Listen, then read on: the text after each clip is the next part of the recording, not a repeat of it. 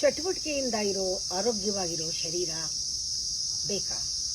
ಎಲ್ಲರಿಗೂ ಬೇಕಲ್ವಾ? It's A pleasant feeling. ಒಂದು ನಿಮಿಷ, ಒಂದು 5 ನಿಮಿಷ ನಾನು ಆರೋಗ್ಯವಾಗಿದ್ದೀನಿ ಅನಿಸಿದಾಗ್ಲೇ ಎಷ್ಟು ಪ್ಲೆಸೆಂಟ್ ಆಗಿರುತ್ತೆ. ಆರೋಗ್ಯನೇ ಪ್ಲೆಸೆಂಟ್ ಫೀಲಿಂಗ್ ಕೊಡೋದು ಬಾಡಿ.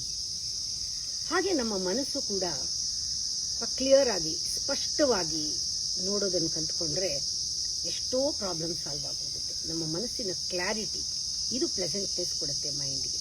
ಹಾಗೆ ನಮ್ಮ ಬುದ್ಧಿಯಲ್ಲೂ ಕೂಡ ಆ ಒಳ್ಳೆ ಗ್ರಾಸ್ಪಿಂಗ್ ಪವರ್, ಬ್ಯಾಲೆನ್ಸ್, ನಮ್ಮ ಬುದ್ಧಿ ಚುರುಕಾಗಿ, ತೀಕ್ಷ್ಣವಾಗಿ, ಸೂಕ್ಷ್ಮವಾಗಿ, ಚುರುಕು ಬುದ್ಧಿ ಅಂತಾರಲ್ಲ ಆ ಥರ ಶಾರ್ಪ್ ಇಂಟೆಲಿಜೆನ್ಸ್ ಇದ್ರೆ ನಮ್ಮ ವ್ಯಕ್ತಿತ್ವ ಹೇಗಿರುತ್ತೆ ಅಂದರೆ ಮಹಾನ್ ವ್ಯಕ್ತಿತ್ವ, ಹೌದಲ್ವಾ?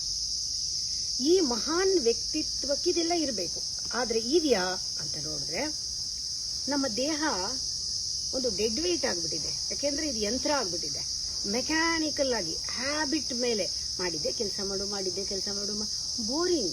ನಮಗೆ ದೇಹದಲ್ಲಿ ಆ ಥ್ರಿಲ್ಲೇ ಇಲ್ಲ, ಒಂದು ಖುಷಿನೇ ಇಲ್ಲ, ಲವಲವಿಕೆನೇ ಇಲ್ಲ ಬಾಡಿನಲ್ಲಿ. ಮೈಂಡಲ್ಲಿ ಯಾವಾಗಲೂ ಗೊಂದಲ, ಪ್ರಶ್ನೆ, ಯಾವಾಗಲೂ ಕನ್ಫ್ಯೂಷನ್ನು, ಮೈಂಡಲ್ಲಿ ಟೆನ್ಷನ್ನು ಎಲ್ಲ. ಹೆಂಗೆ ಪ್ಲೆಸೆಂಟ್ ಆಗಿರೋದು ಬಾಡಿನಲ್ಲಿ, ಮೈಂಡಲ್ಲಿ? ಬುದ್ಧಿ ಆದರೂ ಹೋಗ್ಲಿ ಸರಿಗಿದೆಯಾ? ಯಾವಾಗಲೂ ಕೂಡ ಮಾಡ್ಲಾ ಬೇಡವಾ ಅನ್ನೋ ಕಾನ್ಫ್ಲಿಕ್ಟು, ದ್ವಂದ್ವ, ಯಾವಾಗಲೂ ಕೂಡ ಬ್ಯಾಲೆನ್ಸ್ ಇಲ್ಲ ಬುದ್ಧಿನಲ್ಲಿ. ಯಾಕೆ ಹೀಗಿದೆ? ಇದಕ್ಕೇನು ಕಾರಣ ಅಂದರೆ ಇದು ಮೂರೂ ದೇಹ, ಮನಸ್ಸು, ಬುದ್ಧಿ ಗುಲಾಮ್ಗಿರಿನಲ್ಲಿದೆ. ಅದು ನಾವು ನಿಜವಾಗ್ಲೂ ಕಂಟ್ರೋಲ್ ಮಾಡೋಕ್ಕಾಗ್ತಾ ಇಲ್ಲ. ನಮ್ಮ ಹಿಡಿತದಲ್ಲಿ ಅದನ್ನ ಇಟ್ಕೊಳಕ್ಕಾಗ್ತಾ ಇಲ್ಲ. ನಮ್ಗೆ ಹೆಂಗ್ ಬೇಕೋ ಹಂಗೆ ಉಪಯೋಗಿಸ್ಕೊಳಕ್ಕಾಗ್ತಾ ಇಲ್ಲ. ನಾನು ನನ್ನದು ಅನ್ನೋ ಒಂದು ಫಾಲ್ಸ್ ಐಡೆಂಟಿಫಿಕೇಶನ್ ಇದೆಯಲ್ಲ, ಅದರ ಗುಲಾಮಗಿರಿನಲ್ಲಿದೆ ಇದು. ಆ ನಾನು ನನ್ನದು ಅನ್ನೋದು, ಈ ಫಾಲ್ಸ್ ಐಡೆಂಟಿಫಿಕೇಶನ್, ಇದನ್ನ ಈಗೋ ಅನ್ನಿ, ನನ್ನ ಹತ್ರ ಏನ್ ಬೇಕಾದ್ರೂ ಹೇಳಿ, ಅದು ಇದನ್ನ ಕಂಟ್ರೋಲ್ ಮಾಡ್ತಾ ಇದೆ. ಹೊರಗಡೆಯಿಂದ ಮನಸ್ಸು, ಬುದ್ಧಿ, ದೇಹನ ಕಂಟ್ರೋಲ್ ಮಾಡೋದ್ರ ಜೊತೆಗೆ ಈ ನಾನು ನನ್ನದು, ನಾನು ಅನ್ನೋದು ನಮ್ಮ ಚಿತ್ತದಲ್ಲಿ ತಗೊಂಡು ಹೋಗಿ ಎಲ್ಲ ಕಸವನ್ನು ಹಾಕಿ ಚಿತ್ತದಲ್ಲಿ ಕರ್ಮವನ್ನ ಉಂಟು ಮಾಡಿ ಪುನಃ ಹುಟ್ಟೋ ಹಾಗೆ ಮಾಡ್ತಾ ಇದೆ. ಅಂದ್ರೆ ಜನನ ಮರಣಕ್ಕೂ ಈ ನಾನು ಅನ್ನೋದೇ ಕಾರಣ. ಅದರಿಂದ ಕನಕದಾಸರು ಎಷ್ಟು ಸೂಕ್ಷ್ಮವಾಗಿ ಇದನ್ನು ಹೇಳಿದ್ರು, ನಾನು ಹೋದರೆ ಹೋಗಬಹುದು ಅಂತ.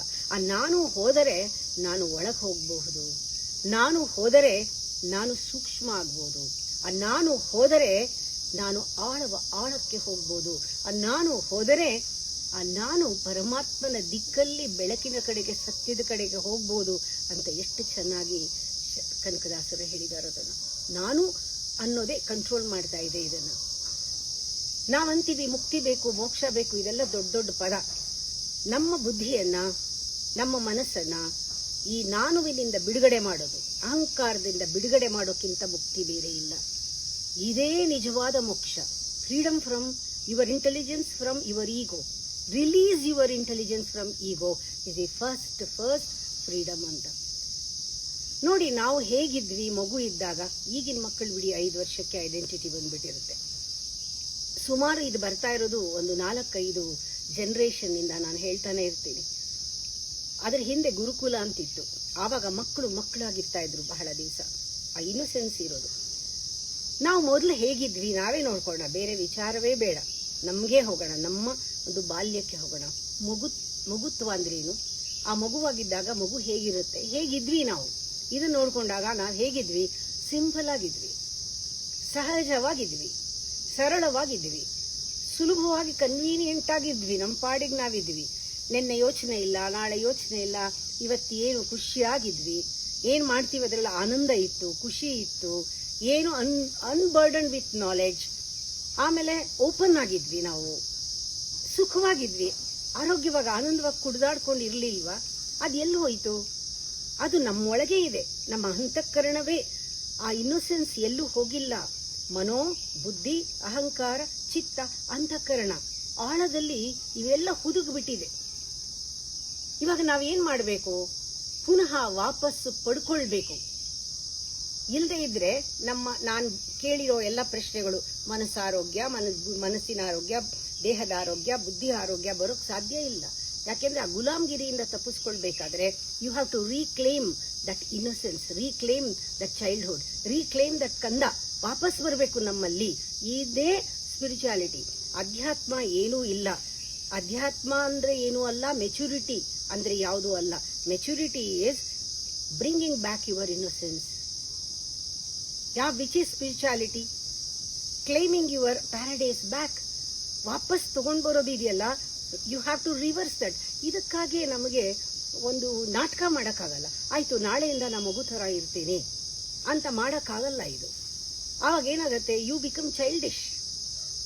ಮಗು ಥರ ನಾವು ಪ್ರಿಟೆಂಡ್ ಮಾಡೋಕ್ಕಾಗತ್ತಾ? ಇನ್ನೋಸೆಂಟ್ ಆಗಿ ಪ್ರಿಟೆಂಡ್ ಮಾಡಿದ್ರೆ ಎಷ್ಟು ಸ್ಟುಪಿಡ್ ಆಗಿ ಕಾಣುತ್ತೆ. ಇನ್ನೋಸೆಂಟ್ ಆಗಿ ನಾವು ಇರೋದು ಮತ್ತೆ ನಾಟಕ ಆಗಲ್ವಾ? ಇದು ಮಾಡೋದಕ್ಕಲ್ಲ, ಅದು ಇರೋದು. ಆ ಇರೋದನ್ನ ಪಡ್ಕೊಳ್ಬೇಕು. ಇದಕ್ಕೇನೆ ಹೇಳಿದು, ನಮಗೆ ಯಾರಿಗೂ ಇಲ್ಲದೆ ಇರೋ, ಈ ಸೃಷ್ಟಿನಲ್ಲಿ ಇಲ್ಲದೆ ಇರೋ ಆ ಒಂದು ಬುದ್ಧಿ ಇದೆ, ಆ ಫ್ಯಾಕಲ್ಟಿ ಇದೆ. ಈ ಬುದ್ಧಿ ಒಂದು ಪಾಸಿಬಿಲಿಟಿ ನಮಗೆ. ಈ ಬುದ್ಧಿ ಸಾಧ್ಯತೆ, ಏನನ್ನ ಸಾಧ್ಯತೆ? ನಮ್ಮನ್ನು ನಾವು ತಿಳ್ಕೊಳ್ಳೋ ಸಾಧ್ಯತೆ, ನಮ್ಮನ್ನು ನಾವು ಕಂಡುಕೊಳ್ಳೋ ಸಾಧ್ಯತೆ, ನಮ್ಮಲ್ಲಿರೋ ದೈವತ್ವನ ಪಡ್ಕೊಳ್ಳೋಕೆ ಸಾಧ್ಯತೆ, ನಿಜವಾಗ್ಲೂ ನಮ್ಮ ವಿಕಾಸಕ್ಕೆ ಸಾಧ್ಯತೆ ಈ ಬುದ್ಧಿ. ಯಾರಿಗೂ ಇಲ್ದಿರೋ ಬುದ್ಧಿ ನಮಗಿದೆ ಅಲ್ವಾ? ಈ ಬುದ್ಧಿ ಇವಾಗ ಏನಾಗಿದೆ, ನಾನು ಜೊತೆಗೆ ಸೇರ್ಕೊಂಡ್ಬಿಟ್ಟಿದೆ, ಅದರ ಸಹವಾಸ ಮಾಡ್ತಾ ಇದೆ, ಅದಕ್ಕೆ ಸೇವೆ ಮಾಡ್ತಾ ಇದೆ, ಗುಲಾಮವಾಗಿದೆ. ಇವಾಗ ನಾವೇನ್ ಮಾಡಬೇಕು? ಬಿಡುಗಡೆ ಮಾಡ್ಕೊಳ್ಬೇಕು. ಇದಕ್ಕೆ ಫಸ್ಟು ನಾವು ಒಪ್ಕೋಬೇಕು, ನಾವಿರೋ ಸ್ಥಿತಿನ ಒಪ್ಕೋಬೇಕು. ನನ್ನ ದೇಹ ಯಂತ್ರವಾಗಿದೆ, ನನ್ನ ಮನಸ್ಸು ಈ ಥರ ಇದೆ, ನನ್ನ ಬುದ್ಧಿ ಕೆಟ್ಟಿದೆ, ನನ್ನ ಅಹಂಕಾರದಿಂದ ನನಗೆ ಈ ಒಂದು ಲಿಮಿಟೆಡ್ನೆಸ್ ಬಂದಿದೆ, ನನಗೆ ಒಂದು ಮಹಾನ್ ವ್ಯಕ್ತಿ ಆಗಕ್ಕಾಗ್ತಾ ಇಲ್ಲ ಅಂತ ಫಸ್ಟು ನಾವಿರೋ ಸ್ಥಿತಿನ ಒಪ್ಕೋಬೇಕು. ಇದನ್ನ ಆರಂಭಾವಸ್ಥೆ ಅಂತಾರೆ. ಈ ಯೋಗದಲ್ಲಿ ಆರಂಭಾವಸ್ಥೆಯಲ್ಲಿ ಅವೇರ್ನೆಸ್, ನನ್ನ ಬಗ್ಗೆ ನಾನು ಹೀಗಿದ್ದೀನಿ. ಎರಡನೇದು, ಇದಕ್ಕೆ ಜವಾಬ್ದಾರಿ ತಗೋಬೇಕು. ಬೇರೆ ಯಾರೂ ಇದಕ್ಕೆ ಕಾರಣ ಅಲ್ಲ, ನಾನೇ ಜವಾಬ್ದಾರಿ, ನನ್ನಲ್ಲೇ ಇದೆ ಅದು. ಆ ಮಗುತ್ವನ ಕಳ್ಕೊಂಡ್ಬಿಟ್ಟಿರೋದು ನಾನು. ಇವಾಗ ನಾನು ಅದನ್ನ ಪಡ್ಕೊಳ್ಬೇಕಾಗಿದ್ರೆ ನನ್ನ ಬುದ್ಧಿಯನ್ನು ಉಪಯೋಗಿಸ್ಬೇಕು ಅಂತ. ಇದಕ್ಕೋಸ್ಕರನೇ ಧೀ ಪ್ರಚೋದನೆ ಬೇಕು. ಧಿಯೋಯೋನ ಪ್ರಚೋದಯಾತ್ ಗಾಯತ್ರಿ ಮಂತ್ರವೂ ಸಹ ಬುದ್ಧಿಯನ್ನ ಪ್ರಚೋದನೆ ಮಾಡಿ ವಿವೇಕ, ಪ್ರಜ್ಞೆ, ಜ್ಞಾನ ಎಲ್ಲವನ್ನೂ ಕೂಡ ನಮ್ಮ ಒಳಗಡೆಯಿಂದ ಪಡ್ಕೊಳ್ಬೇಕು. ಅಲ್ಲಿರೋದನ್ನ ತಗೋಬೇಕು ಅಂತ ನಾವು ಮಕ್ಕಳಿಗೆ ಹೇಳ್ಕೊಡ್ತೀವಿ, ಒಳ್ಳೆ ಬುದ್ಧಿ ಕೊಡಪ್ಪ ಅಂತ. ಆ ಒಳ್ಳೆ ಬುದ್ಧಿ ಅಂದ್ರೆ ಏನು ಅಂತ ನಮಗೆ ಗೊತ್ತಿಲ್ಲ.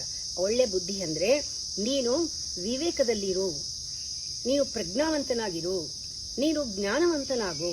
ಒಳ್ಳೆ ವಿದ್ಯೆ ಅಂದ್ರೆ ಆ ಒಂದು ಇಂಟ್ಯೂಟಿವ್ ಲರ್ನಿಂಗ್ ನಿಂಗಿರ್ಲಿ, ನಿನ್ನಲ್ಲಿ ದಯೆ, ಕರುಣೆ, ಅಂತಃಕರಣದ ಭಾವನೆಗಳೆಲ್ಲ ಬರಲಿ ಅಂತ ನಾವು ಹೇಳ್ಕೊಡ್ತಾ ಇರೋದು. ಆದ್ರೆ ಇದು ಗುರುಕುಲದಲ್ಲಿ ಹೇಳ್ಕೊಡ್ತಿದ್ವಿ, ನಾವು ಬರೀ ಒಳ್ಳೆ ಬುದ್ಧಿ ಹೇಳ್ತೀವಿ. ಯಾವಾಗ್ಲೂ ಅಪರೂಪ ಹೇಳ್ತೀವಿ, ಹೃತ್ಪೂರ್ವಕವಾದ ಧನ್ಯವಾದಗಳು, ಹೃತ್ಪೂರ್ವಕವಾದ ಆಶೀರ್ವಾದ, from the bottom of my heart ಅಂತ ಯೂಸ್ ಮಾಡ್ತೀವಿ. ಹೃತ್ಪೂರ್ವಕ ಬರೀ ಪದ, ಆದ್ರೆ ನೀವು ಮಕ್ಕಳಿಗೆ ಹೇಳ್ಕೊಳ್ಬೇಕಾಗಿರೋದು ಹೃತ್ಪೂರ್ವಕವಾಗಿ ಬದುಕಿ, ಹೃತ್ಪೂರ್ವಕವಾಗಿ ಕೆಲಸ ಮಾಡಿ, give your heart and soul, enjoy. ಹೃತ್ಪೂರ್ವಕ ಅಂದ್ರೆ ಅಂತಃಕರಣ, ಅಂತಃಕರಣದಿಂದ ಕೆಲಸ ಮಾಡಿ. ಅಂತಃಕರಣದಲ್ಲಿ ಆನಂದ ತುಂಬಿದೆ, ಆನಂದನ ಶೇರ್ ಮಾಡಿ, ಕೊಡಿ, ಆ ಕೆಲಸ ಮಾಡಿ. ಇದು ಹೇಳ್ಕೊಡ್ಬೇಕಾಗಿರೋದು. ಅದರಿಂದ ಧಿಯೋಯೋನ ಪ್ರಚೋದಯಾತ್ನಲ್ಲೇ ಎಲ್ಲ ಇದೆ.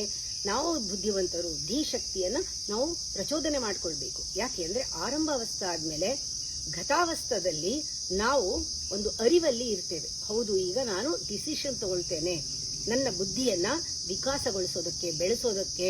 ನಾನು ಅಹಂಕಾರದ ಸಾಹಸನ ಬಿಡ್ತೀನಿ, ಅಹಂಕಾರ ಕರಗಲಿ, ನಾನು ಅದನ್ನ ಮೆಟ್ಟಿ ಮೇಲಕ್ಕೆ ಹೋಗ್ತೀನಿ, ಮೀರಿ ಹೋಗ್ತೀನಿ, ನನ್ನನ್ನು ನಾನು ಪಡ್ಕೊಳ್ತೀನಿ ಅಂತ ಆ ಗತಾವಸ್ಥದಲ್ಲಿ ಬಂದಾಗ ಆ ಇಂಟ್ಯೂಟಿವ್ ನಾಲೆಡ್ಜ್ ಬರುತ್ತೆ. ಆ ಇಂಟ್ಯೂಟಿವ್ ನಾಲೆಡ್ಜ್ ಅನ್ನೋದು ಅದು ಪರಿಚಯ ಅವಸ್ಥಾ ಅಂತಿದೆ. ನಮ್ಮ ಬುದ್ಧಿಯಿಂದಲೇ ನಮಗೆ ನಮ್ಮ ಪರಿಚಯವಾಗೋದು, ಇನ್ಯಾರು ಪರಿಚಯ ಮಾಡ್ಕೊಳ್ಳಲ್ಲ. ಆತ್ಮನ ಪರಿಚಯವಾಗಲಿ, ಪರಮಾತ್ಮನ ಪರಿಚಯವಾಗಲಿ, ನಮ್ಮ ಆಂತರ್ಯದ ಪರಿಚಯವಾಗಲಿ ನಮಗೆ ಇಂಟ್ರೊಡ್ಯೂಸ್ ಮಾಡೋದೇ ನಮ್ಮ ಬುದ್ಧಿ. ಯಾವ ಬುದ್ಧಿ? ಬಿಡುಗಡೆಯಾದ ಬುದ್ಧಿ, ಶುದ್ಧ ಬುದ್ಧಿ, ವಿವೇಕ ಬುದ್ಧಿ, ಜ್ಞಾನ ಇರೋ ಬುದ್ಧಿ ನಾವು ಯಾರು ಅಂತ ನಮಗೆ ತೋರಿಸ್ಕೊಡುತ್ತೆ. ಆ ಬುದ್ಧಿ, ಅದಕ್ಕೆ ರಿವರ್ಸಲ್ ಆಫ್ ಕಾನ್ಷಿಯಸ್ನೆಸ್. ನಿಮ್ಮ ಬುದ್ಧಿ ಒಳಮುಖವಾಗೋದೇ ನಿಜವಾದ ಒಂದು ಅಧ್ಯಾತ್ಮಕ್ಕೆ ದಾರಿ. ನಿಮ್ಮ ಬುದ್ಧಿ ವಿಕಾಸವಾಗಿದ್ದಾಗ ನಮಗೆ ಆ ಇಂಟ್ಯೂಟಿವ್ ನಾಲೆಡ್ಜ್ ಬರುತ್ತೆ. ಆಗ ಅಂತಃಕರಣದ ಎಲ್ಲ ಶಕ್ತಿಗಳು ಏನೇನಿದೆ ನಮ್ಮಲ್ಲಿ ಆ ಮಗುತ್ವ ಹೊರಗಡೆ ಬರುತ್ತೆ. ಮಗುತ್ವ ಅಂದ್ರೇನೆ ನೋಡಿ, ಮಗುವಿನ ಕಣ್ಣಲ್ಲಿ ಅಂತಃಕರಣ ತುಂಬಿರುತ್ತೆ, ಮಗುವಿನ ಕಣ್ಣು ಶೈನಿಂಗ್ ಇರುತ್ತೆ, ಮಗುವಿನ ಮುಖ ಮುಗ್ಧವಾಗಿರುತ್ತೆ, ಮಗುವಿನ ನಗು ಏನೋ ಒಂದು ಆಳವಾದ ಒಂದು ಅರ್ಥವನ್ನು ಕೊಡುತ್ತೆ. ಆ ಮಗು ದೇವರು ಎರಡು ಒಂದೇ, ಪ್ರತ್ಯಕ್ಷ ರೂಪ ಮಗು. ಆ ಮಗುತ್ವ ಅನ್ನೋದು ಆ ಮಗುವಿನ ಹಾಗಿರೋದು ಅಂದ್ರೆ ಹುಡುಗಾಟದಲ್ಲಿ ಚೈಲ್ಡಿಶ್ ಆಗಿ ಬಿಹೇವ್ ಮಾಡೋದಲ್ಲ. ಅದು ವಿವೇಕದಲ್ಲಿರೋದು, ವಿನಯದಲ್ಲಿರೋದು, ಆ ಗೌರವದಲ್ಲಿರೋದು, ಆ ನಡತೆ ಎಲ್ಲನೂ ಕೂಡ ತನ್ನಷ್ಟಕ್ಕೆ ತಾನೇ ಸಹಜವಾಗಿ ಬರೋದು ಮಗುತ್ವ. ಅದರಿಂದ ಆ ಆರಂಭಾವಸ್ಥೆ, ಘತಾವಸ್ಥೆ, ಪರಿಚಯಾವಸ್ಥೆ ಆದ್ಮೇಲೆ ಮುಂದಿನ 4ನೇ ಅವಸ್ಥೆ ನಾವೇ ಪಡ್ಕೊಳ್ಳೋದಾಗುತ್ತೆ. ನಾಳೆ ಮುಂದುವರಿಸ್ತೀನಿ.